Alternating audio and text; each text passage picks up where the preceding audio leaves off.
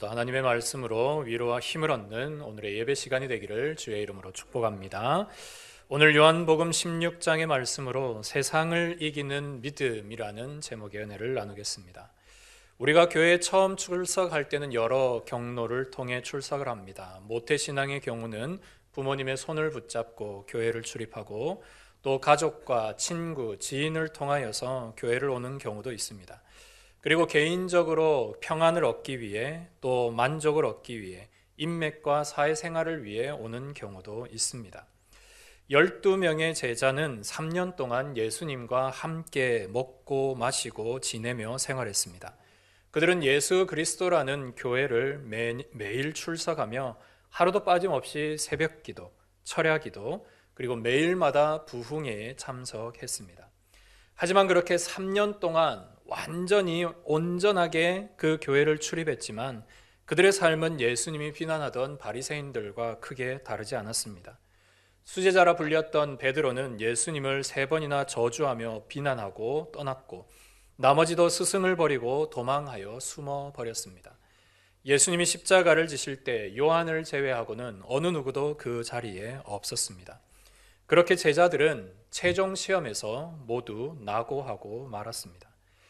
여러분, 어떻게 3년을 이렇게 꼬박 출석을 했는데 그들의 신앙이 왜 이렇게 초라한 모습을 보여야만 했을까요?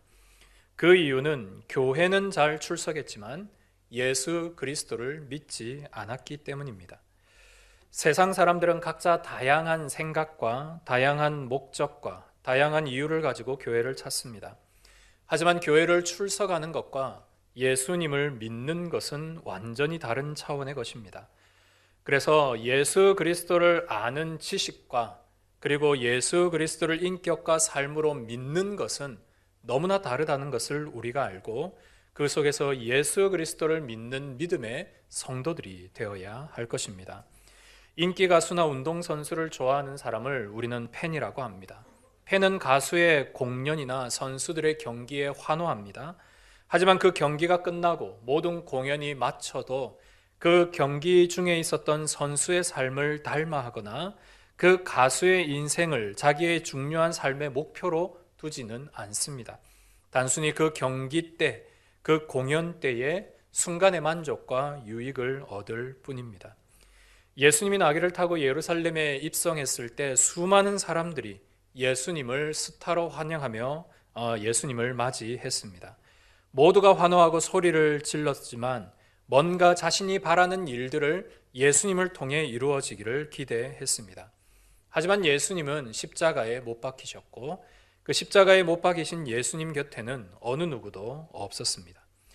그래서 오늘 예배를 드리는 저와 여러분들이 반드시 우리 자신에게 확인해야 될 한 가지 질문은 내가 진정으로 예수를 믿는 그리스도인인가? 내가 진정으로 예수를 믿고 있는 신자인가에 대한 질문입니다. 우리가 교회를 처음 찾을 때는 각자 여러 가지 상황과 형편과 목적과 이유로 시작을 했지만 오늘 이 공동체 가운데 우리가 예배를 드릴 때에 우리가 믿는 믿음에 있어서는 반드시 하나님이 원하는 믿음의 수준과 믿음에 요구되는 일을 따라야 하기 때문입니다. 그렇다면 오늘 요한복음 16장에서 말씀하고 계시는 예수 그리스도께서 우리에게 원하시는 믿음의 일들은 무엇인가? 과연 예수님은 우리의 믿음이 어느 분량과 어느 수준으로 이루어져야 진정한 믿음의 사람이라고 말할 수 있는지를 우리가 함께 찾아가 보려고 합니다. 첫 번째로 예수님은 나를 따르라 라고 우리에게 말씀하셨습니다. 마태복음 4장 19절에 나를 따라오라 내가 너희를 사람을 낚는 어부가 되게 하리니 라고 말씀하셨습니다. 예수님은 세간에 앉아있는 세리 마태에게 그리고 고기를 잡고 있는 베드로와 요한에게 모두 동일하게 나를 따르라 말씀하셨습니다. 이 따른다라는 말의 헬라어는 아콜류테오라는 말인데요. 이 말에는 3가지의 뜻이 들어있습니다. 첫째는 같은 길을 걷다. 두 번째는 복종하다. 세 번째는 제자가 되다입니다. 즉 우리가 예수님을 따르는 사람이다 라고 말할 때 우리는 예수님과 같은 길을 걸어야 합니다. 같은 생각을 가지고 일을 같이 하는 사람을 우리는 동업자라고 합니다. 그런데 그 동업자가 자기의 뜻만 가지고 자기의 이익만 살피며 자기 야망만 품고 일을 하고 있다면 우리는 더 이상 그와 함께 동업을 할 수 없습니다.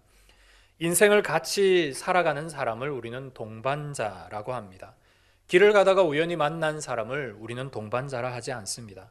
부부와 같이 평생을 같이 걸어가는 자, 자기의 인생의 모든 것을 서로 맡기고 같은 길을 걸어갈 수 있는 사람을 우리는 동반자라 부릅니다. 그런 의미에서 우리는 예수 그리스도의 사역에 함께 동력하는 동업자이며 주님은 우리의 모든 인생 가운데 인생을 인도하시는 동반자이십니다. 그러므로 오늘 우리는 예수 그리스도의 라인에 서서 예수님과 같이 선을 하는 그런 사람이 되어야 할 것입니다. 예수님을 따르는 사람은 또한 예수님께 복종할 줄 아는 사람이어야 합니다. 성경은 신자를 향해 너는 그리스도의 좋은 군사가 되라 라고 말씀합니다. 군인은 반드시 상관의 명령에 복종해야 합니다. 그렇지 않으면 총탄이 날아드는 전장에서 도망하고 그 전쟁에서 결코 승리할 수 없습니다. 주님은 언제나 우리의 모든 인생의 길을 인도하시고 지휘하시며 선두에 서서 우리에게 따라오라 말씀하고 계십니다. 우리가 그 주님의 말씀대로 주님을 따라가면 수많은 영적인 전쟁에서 인생의 모든 위기 상황에서 싸워 이겨낼 수 있습니다. 그러므로 사랑하는 성도 여러분, 우리가 예수의 제자라면 예수님의 따름에 복종하며 순종하는 그러한 제자라면 주님과 같은 길을 걸어가고 주님이 무슨 명령을 하든 그 명령의 일에 순종하는 은혜가 있기를 소망합니다. 반드시 군사는 모집한 자의 뜻을 따라 움직여야 합니다. 자기 뜻대로 움직이는 자는 결코 군인이라 할 수 없습니다. 그러므로 오늘 우리를 불러주신 하나님의 뜻을 따라 예수 그리스도의 명령에 오직 순종하며 그분의 일에 오직 나아가는 우리가 되기를 소망합니다. 요한복음 3장에 보면 니고데모라는 사람이 나옵니다. 그는 바리새인이고 유대인의 지도자입니다. 그는 또한 뛰어난 바리새인이었기에 70명만 들어갈 수 있는 사내들의 공의회의 회원이었습니다. 그는 예수님이 마음에 뭔가 동료가 있어서 주님을 따르고 싶었습니다. 그래서 주님을 만나고 싶었지만 바리새인이라는 이유 때문에 그리고 사내들인 공의회의 회원이라는 이유로 그는 사람의 눈치가 보여 한밤중에 예수님을 찾아옵니다. 하지만 예수님에 대한 뭔가의 기대와 소망을 안고 어떻게 하면 내가 하나님 나라에 갈 수 있습니까? 라는 질문을 했고 이 질문에 예수님은 복음의 핵심을 말씀합니다. 하나님이 세상을 이처럼 사랑하사 독생자를 주셨으니 이는 그를 믿는 자마다 멸망하지 않고 영생을 얻게 하려 하심이라.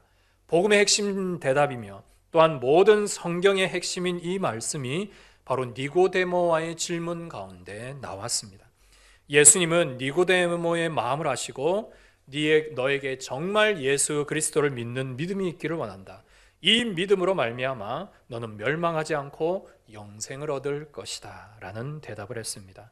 좀 전까지는 그냥 예수님을 단순한 호기심으로 따랐던 니고데모는 이제부터 자기의 인생과 자기의 삶을 예수님께 걸기 시작합니다. 그러면서 자신의 위치 가운데 나는 어떻게 예수를 따를 것인가에 대해 깊이 고민하기 시작합니다. 그러면서 예수님이 온 이스라엘 전역을 사역하시며 온 이스라엘이 예수님 때문에 큰 소문과 또 여러 가지 비난의 말들이 많아지면서 바리새인들은 어떻게 하면 예수를 죽일까 모집하며 이 사내들인 공회를 소집해서 예수님을 잡을 계획을 하고 있었습니다. 이때 니고데모가 나서서 어떻게 너희들이 율법의 시비도 가리지 않고 이 사람을 정죄하며 심판할 수 있느냐며 그 공회에서 예수님을 변호하며 옹호하기도 했습니다.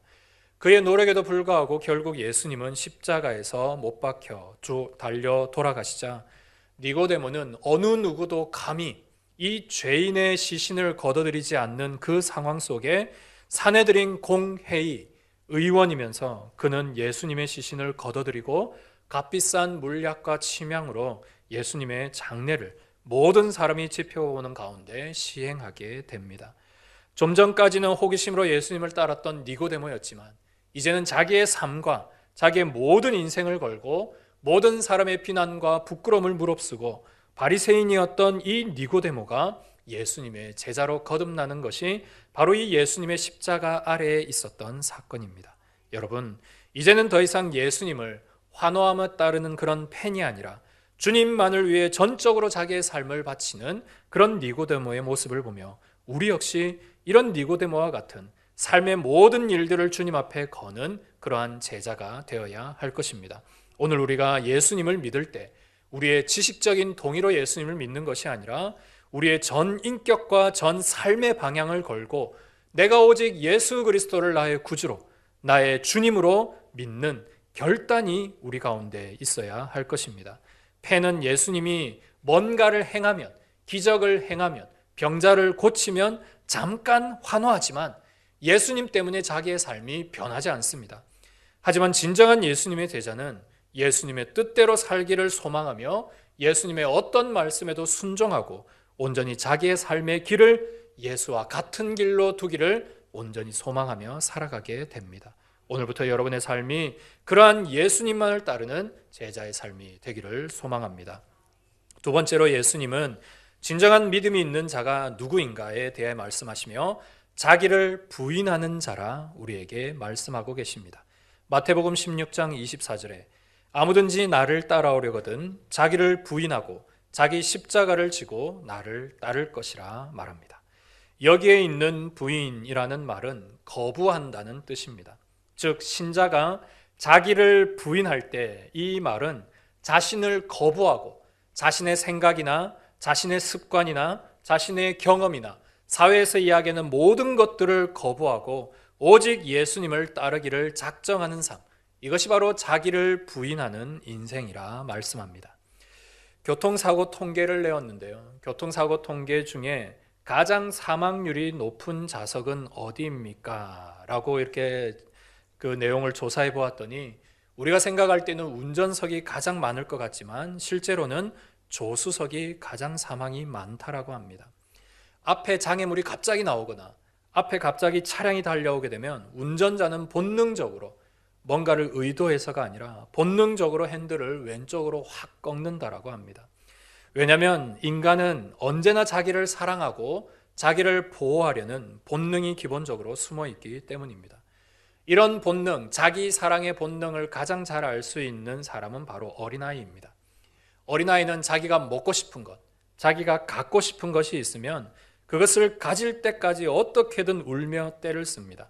그리고 그것을 가졌을 때야만이 그 모든 것을 그치게 됩니다. 이런 어린아이들을 볼 때 인간은 근본적으로 본능적으로 자신을 가장 사랑하는 존재입니다. 사람은 이처럼 자신을 미워하는 일, 자신을 부정하는 일, 자신을 부인하는 일이 쉽지 않습니다. 이것은 대단히 어려운 일이고 어쩌면 불가능할 수도 있습니다.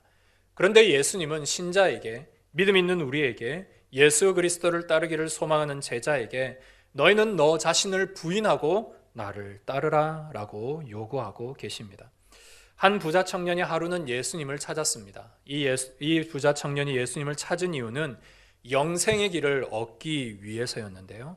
이 영생의 길을 얻기를 원하는 청년에게 예수님은 네가 계명의 말씀을 잘 지켰느냐 물으십니다. 그러자 이 청년은 내가 십계명의 모든 말씀을 완벽하게 지켰습니다. 그리고 내 모든 신앙의 일이나 인격의 일이나 모든 것에 하나님 앞에 부끄럼 없이 잘 지냈습니다라고 그렇게 자신 있게 말씀합니다. 그러자 예수님은 그에게 정곡을 찌르는 말씀을 하십니다. 그에게 가장 약한 부분을 건드시며 말씀합니다. 내 소유를 팔아 가난한 자들에게 주라. 그리하면 하늘에서 보화가 있으리라. 그리고 와서 나를 따르라. 예수님이 청년에게 말씀하신 것은 네가 어떻게든 나를 따르는 제자가 되기를 원한다. 그런데 한 가지 조건이 있는데 그것은 네가 지금까지 모아놨던 네의 소유, 네 마음속에 가득한 물질, 너의 모든 삶을 송두리째 빼앗아가고 있는 그 물질에 대한 생각과 욕심과 그 모든 것들을 다 내려놓고 그제서야 나를 따르라 라고 말씀합니다. 그러자 예수님의 말씀을 들었던 부자 청년은 근심하며 돌아가게 됩니다. 부자 청년은 자기 인생의 가장 큰 선택을 해야 했습니다. 인생의 가장 큰 갈림길에 놓여서 나는 이 모든 재물을 처분하고 예수님을 따르는 제자가 될 것인가? 아니면 지금처럼 어느 정도의 만족과 기쁨과 소망을 이것들을 누리면서 예전과 다르지 않게 오늘도 그렇게 살 것인가에 대한 중요한 선택의 기로에 있었습니다. 청년은 매우 고민했고 매우 갈등했습니다. 하지만 그 이후에 이 청년의 이야기는 보이지 않습니다. 근심하며 돌아갔지 근심하여 다시 예수님을 쫓지 않았습니다. 그의 인생은 어제나 오늘이나 내일이나 변화된 것이 없었습니다. 예수님은 오늘 이 부자 청년의 이야기를 통해 우리에게 동일하게 질문하고 계십니다. 너는 너의 가장 소중한 것을 거부하고 나를 따르라. 너는 너에게 가지고 있는 가장 소중한 것을 내려놓고 나를 따르라 라고 말씀하고 있습니다. 그 소중한 것이 부자 청년처럼 여러분들에게는 재물이 될 수 있습니다. 또 여러분들에게 사랑하는 사람일 수 있습니다. 여러분들이 생각하고 있는 미래와 장래의 일들일 수 있습니다. 근데 그것이 여러분들에게 가장 큰 근심을 줄 수 있습니다. 주님이 너에게 가장 소중한 것을 내려놓으라고 한다면 여러분들의 마음에 가장 큰 근심을 줄 수 있는 그것을 여러분들이 내려놓고 주님을 따를 자신과 각오가 되어 있느냐? 주님이 오늘 그것을 물으시며 그것을 요구하고 계십니다. 앞서 말씀드린 대로 교통사고의 경우 운전자는 본능적으로 핸들을 자신의 왼쪽 편으로 돌려 자신을 방어합니다. 그런데 반대로 오른쪽으로 돌려 마주오는 차를 자신의 몸으로 이렇게 맞는 그런 경우가 있습니다. 어린아이가 정말 자기가 좋아하는 자기의 전부와도 같았던 장난감, 사탕, 정말 보물 상자에 꼭꼭 숨겨놓았던 그것을 내어놓을 때가 있습니다. 모두 본능을 거스르는 이 일이 언제 가능하느냐? 그것은 바로 자기를 가장 사랑하는 사람이 자기의 눈앞에 있을 때 이게 가능합니다. 자기의 옆좌석에 가장 사랑하는 가족이 있다면 운전사는 그 본능을 거슬러 핸들을 반대 방향으로 꺾습니다. 아이도 자기를 사랑하는 그 사람이 앞에 있으면 자기의 가장 소중한 것을 기꺼이 내어놓습니다. 여러분, 우리가 어떻게 자신을 부인하고 주님을 따를 수 있겠습니까? 내게 가장 소중한 것을 내려놓고 나에게 가장 큰 근심을 주는 그것을 내려놓고 어떻게 하나님 예수 그리스도를 우리가 그 본능을 거스려 따라갈 수 있느냐는 말씀입니다. 바로 우리가 주님을 사랑할 때입니다. 성경은 우리에게 말씀하시기를 사랑은 언제나 오래 참고 사랑은 언제나 온유하며 사랑은 자신을 자랑하지 않고 자기의 유익을 구하지 아니하며 사랑은 모든 것을 참고 믿고 바라며 견디느니라. 믿음과 소망과 사랑은 이 세상 끝까지 영원한데 그 중에 제일은 사랑이라 말씀합니다. 사랑하는 성도 여러분, 오늘 여러분의 삶에 주님을 향하여 주님, 내가 주님을 사랑합니다 라고 고백하시기를 원하십니까? 주님에 대한 사랑의 마음을 가진 여러분들은 언제나 주님을 따르는 제자가 되기를 소망하는 자들일 것입니다. 비록 오늘 우리의 사랑이 부족할지라도 다윗과 같이 나의 힘이 되신 여호와여, 내가 주님을 사랑합니다. 그렇게 고백하며 나아갈 수 있는 우리가 되기를 소망합니다. 그래서 매일 자신을 부인하고 주님에 대한 사랑을 확인하고 나에게 가장 소중한 것을 주님 앞에 내어놓고 주님을 따라가는 그런 신앙의 일들, 그런 제자의 삶이 되시기를 바랍니다. 끝으로 세 번째로 예수님이 우리에게 하신 대답의 말씀은 자기 십자가를 지라는 말씀입니다. 예수님에게 십자가는 성부 하나님의 뜻을 좇아 자신을 부인하고 죽음으로써 모든 일들에 순종하신 사역을 우리는 십자가라는 말로 정의할 수 있습니다. 십자가에 희생의 죽음이 없이 십자가가 이루어진 일은 결코 있을 수 없습니다. 십자가는 반드시 예수님의 희생과 사랑과 은혜의 죽음이 있을 때에 그 모든 사역이 완성이 됩니다. 예수님께서 오늘 우리에게 말씀하시기를 너는 너의 십자가를 지고 가라 라고 말씀하시는데요. 이 표현은 대단히 완곡한 표현입니다. 보다 직설적으로 이야기하면 네 목숨을 내어놓고 신앙생활해라. 너는 너 자신을 죽이며 나를 따르라는 말씀입니다. 왜냐하면 십자가는 선혈이 가득한 죽음의 형틀이요 사형대이기 때문입니다. 우리가 십자가를 진다라는 것은 언제나 내가 그 사형대를 지고 가다 이 사형대에서 죽을 각오를 하고 예수님을 따르는 것이 십자가를 지는 삶입니다. 그래서 마태복음 16장 25절에는 누구든지 자기 목숨을 구원하고자 하면 잃을 것이요 누구든지 나를 위하여 자기 목숨을 잃으면 찾으리라고 분명히 예수님이 말씀합니다. 그래서 자기 목숨을 구원하고자 하는 자는 예수 그리스도를 위하여 그 목숨을 내어놓는 자, 그가 바로 영생을 찾을 것이다, 우리에게 말씀하고 계십니다. 이순신 장군이 명랑 해전을 앞두고 13척의 배를 이끌고 330척의 그 일본 배와 맞섰을 때에 모든 군인들이 두려워 떨고 있었습니다. 이제 우리가 오늘 죽는구나, 오늘이 우리 장사날이구나, 그렇게 싸울 의지도 싸울 용기도 없었던 군인들에게 너희들이 살고자 하면 죽을 것이요 죽고자 하는 자는 살 것이다, 죽음을 각오하고 싸우라 라고 말씀합니다. 죽음을 각오하는 것은 군인으로도 쉽지 않은 일입니다. 아무리 전쟁 중에 군인일지라도 살려고 싸우지 내가 여기서 죽으려고 싸우는 군인은 아무도 없습니다. 하지만 장군은 모든 군사들에게 너희들이 정말 그런 각오로 싸워야만 이 전쟁을 이길 수 있다 라고 말했고, 그 모든 일에 하나로 다녔던 군사들은 이 전쟁을 대승으로 거두게 됩니다. 예수님도 우리에게 동일하게 말씀합니다. 마태복음 8장에는 한 서기관이 예수님께 찾아왔습니다. 서기관이라고 하면 바리새인 중에 대단히 인정받는 학식 있고 학문에 뛰어난 사람을 말합니다. 그런 사람이 예수님께 나왔다라는 것은 단순히 나올 수 있는 과정이 아닙니다. 단단히 각오를 하고 내가 예수님을 따를 그런 마음의 결단을 하고서야만 나올 수 있습니다. 그런데 이 서기관을 예수님은 잘 아셨습니다. 그래서 예수님은 그의 모든 일들 중에 가장 약한 부분을 건들며 이렇게 말씀합니다. 여우도 굴이 있고 공중의 새도 거처가 있지만 인자는 머리 둘 곳이 없다.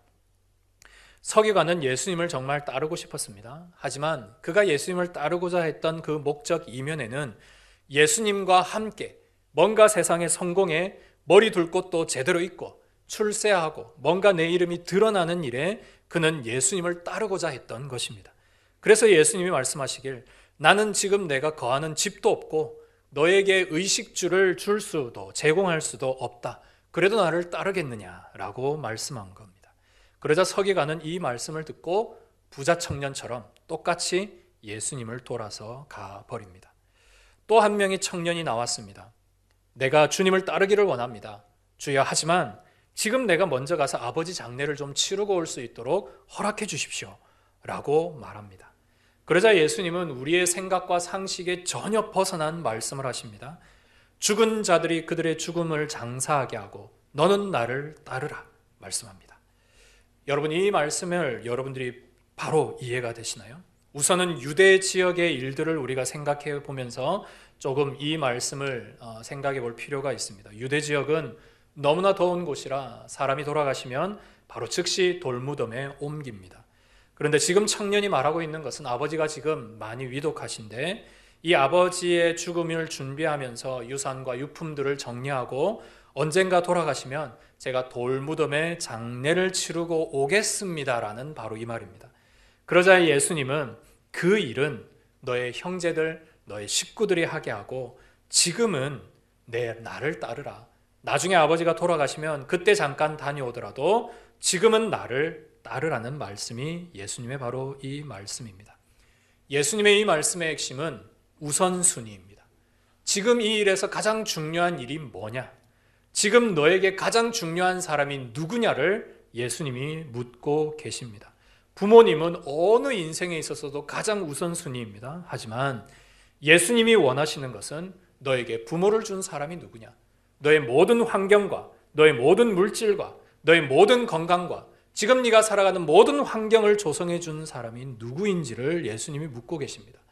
그리고 그분이 오늘 명령하시는 명령이 무엇인지를 묻고 있습니다. 너에게 정말 하나님 나라와 의가 너의 삶의 우선순위냐라고 물으시는 것입니다. 제가 한 선교사님은 부모님이 연세가 많으셨습니다. 그래서 선교를 나가는 것이 너무 주저했습니다. 내가 만약 먼 곳에 타지에 나갔다가 부모님이 혹 건강이 악화되시거나 혹 일을 당하시면 어떻게 할까? 그 마음이 너무나 걱정이 되어서 믿지 않는 두 부모님을 두고 떠나는 것이 허락이 되지 않았습니다. 그래서 선교사로 자원은 했지만 2년이 넘도록 부모님 옆에서 기도하며 하나님 제가 언제 나가야 됩니까? 언제 서원에 어떻게 이 선교를 준비하며 나가야 됩니까? 그렇게 기도했지만 하나님의 응답이 전혀 없었습니다. 그러자 하루는 말씀을 묵상하던 가운데 마태복음 6장 30절의 말씀을 읽고는 대단히 큰 충격과 마치 머리를 맞는 듯한 충격을 받았다고 합니다. 오늘 있다가 내일 아궁이에 던져지는 들풀도 하나님이 이렇게 입히시거든 하물며 너희일까 보냐 이 믿음이 적은 자야. 선교사님은 이 말씀을 듣고는 그 시로 하나님 앞에 무릎을 꿇고 회개했습니다. 하나님 저의 믿음 없음을 용서해 주십시오. 그리고 나의 부모님을 하나님께 맡깁니다. 그렇게 부모님께 인사하고 지금은 먼 이국 땅에서 열심히 선교를 잘하고 계십니다. 그런데 놀라운 것은 그렇게 연세 많으시고 아프셨던 부모님이 지금까지 아무런 탈이 없으시고요. 건강하게 지내시고 심지어 불신자이신 그분들이 선교 사역을 후원하고 계십니다. 하나님께 모든 것을 맡기고 하나님께 모든 십자가의 일들을 맡기는 사람들은 하나님께서 그 모든 일들을 책임지고 인도해 주십니다. 부모 공경은 성경 모든 곳에 기록된 인간 계명의 첫째 계명입니다. 부모를 공경하지 않는 그리스도인들은 불신자보다 악하다라고 하나님은 엄히 꾸짖었습니다. 부모님 중요합니다. 남편과 아내 중요합니다. 배우자와 아이들 중요합니다. 여러분의 장래일 중요합니다. 그런데 하나님이 오늘 우리에게 말씀하실 때 하나님 나라와 복음 전파에 대한 일들이 이 모든 것보다 너에게 우선이냐라고 물으실 때에 우리는 어떻게 대답하시겠습니까? 부모님의 건강도 중요하고 장례를 치르는 것도 중요하지만 오늘 내가 주님의 나라와 의를 위해 하나님 내가 주님을 위해 내가 나가겠습니다. 오늘 피었다 지는 들풀도 하나님이 먹이시니까 하나님 내가 그 말씀 믿고 나가겠습니다라고 나갈 때 그 십자가를 질 때 비로소 제자의 삶이 완성되고 시작됩니다. 여러분 제자라는 말의 문자적 정의는 스승이 어디로 가는지 따라가는 사람을 제자라고 말합니다. 우리는 그래서 예수님의 제자가 되기를 위해 이렇게 찬양합니다. 하나님 우리가 부름받아 나선 이 몸 어디든지 가겠습니다. 괴로우나 즐거우나 주님만 따라 가겠습니다. 이 길을 어느 누가 막겠습니까? 죽음인들 막겠습니까? 라고 우리는 찬양을 합니다. 여러분 괴로우나 즐거우나 주님을 따라가는 삶, 부름받아 나선 이 몸 어디든지 주님을 따라가는 삶, 그 길에 심지어는 내 죽음이 기다릴지라도 그 죽음이 나를 막지 못할 것입니다. 우리는 그렇게 찬양을 하고 신앙생활하고 있습니다. 어디든지 주님을 위해 가겠다라고 하면 그 어디든지의 끝에는 온갖 죄인들이 득실거리는 곳일 수 있습니다. 왜냐하면 예수님이 가시는 모든 길에는 죄인들이 많았기 때문입니다. 예수님이 가시는 모든 길의 끝에는 병자들이 가득합니다. 소외받고 억압받으며 사람들에게 멸시당하는 수많은 사람들이 그 끝에 있습니다. 그들을 우리가 하나님의 인도하심을 따라 우리가 어디든지 가면 내 생각과 내 뜻과 전혀 다른 사람들이 우리를 기다릴 수 있습니다. 주님의 길을 가다 보면 우리는 세상에서 손가락질 당할 수 있습니다. 심지어는 가족에게까지 큰 비난을 받습니다. 예수 믿는 것 때문에, 예수 그리스도를 안다는 것 때문에, 교회 가는 것 때문에 얼마 전까지 내 사랑했던 부모님에게 멸시의 이야기들을 들어야만 할 때가 있습니다. 여러분 그런 각오를 하고 예수 믿는 것이 진정한 믿음이다 라고 주님은 말씀하고 계십니다. 예수님이 오늘 왜 이렇게까지 말씀하실 수 있습니까? 예수님께서 우리에게 말씀하시기를 너는 나의 길을 따르라 라고 말씀하시며 너는 자신을 부인하고 따르라 라고 말씀하고 계시고 너는 죽을 각오를 하고 십자가를 지고 따르라라고 말씀하실 수 있는 예수님의 이유가 무엇입니까? 예수님이 그렇게 하셨기 때문입니다. 죄인인 나를 위해 이 땅에 오셨고 병자인 나를 위해 주님이 이곳에서 우리를 치료해 주셨고 소돔과 같이 악한 이 세상을 살아가고 있는 나를 위해 주님이 이곳에 오셨고 죽음이 난무하는 이 악골 골짜기에 나를 살리기 위해 십자가에서 죽으신 분이 예수 그리스도이십니다. 그래서 예수님은 우리에게 이 말씀을 하실 수 있으십니다. 우리에게 모든 것을 주셨고 아낌없이 주셨고 오늘도 자기의 목숨 생명 아낌없이 내어주시는 분이 우리의 사랑이신 예수 그리스도이십니다. 신앙은 단순한 종교 행위가 아닙니다. 교회를 3년간 출석해도 우리는 베드로처럼 예수님을 저주하고 부인하고 떠날 수 있습니다. 다른 제자들처럼 십자가 아래에서 예수님을 버리고 저기에 숨어 도망할 수 있습니다. 진정한 신앙은 자기의 삶을 전적으로 주님께 바치고 주님을 위해 내 모든 것을 드리며 헌신하는 삶을 진정한 믿음, 진정한 신앙, 진정한 제자의 삶이라 할 수 있습니다.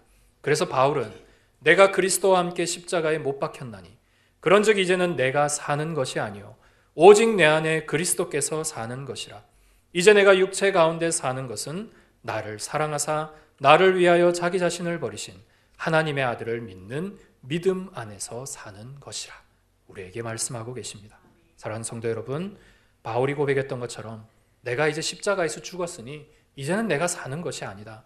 이제 내가 사는 것은 나를 사랑하셔서 나를 위해 자기 자신을 전폭적으로 다 버리신 그 하나님의 아들 예수 그리스도를 믿는 믿음 안에서 사는 것이다 라는 이 믿음이 저와 여러분들의 믿음이 되시기를 소망합니다.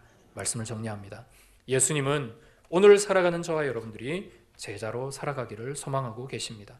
제자로 살기를 몸부림치는 우리에게 오늘 이렇게 본문의 마지막으로 우리에게 위로하시며 권면하시고 계십니다. 이것을 너희에게 이르는 것은 너희로 내 안에 평안을 누리게 하려 함이라. 세상에서는 너희가 환난을 당하나 담대하라. 내가 세상을 이기었노라 하십니다. 주님은 우리에게 평안과 안식을 주려고 하시는 분이십니다. 주님은 여러분들이 힘들게 사는 것을 원하지 않습니다. 여러분들이 막 고역으로 신앙생활하는 것 원하지 않습니다. 우리 인생에 좋은 것을 주시고 더 좋은 것을 주시기를 원하시는 아버지이십니다. 그래서 우리에게 평안과 안식과 영생을 주기를 원하십니다. 그런데 세상은 그런 여러분을 그대로 두지 않습니다.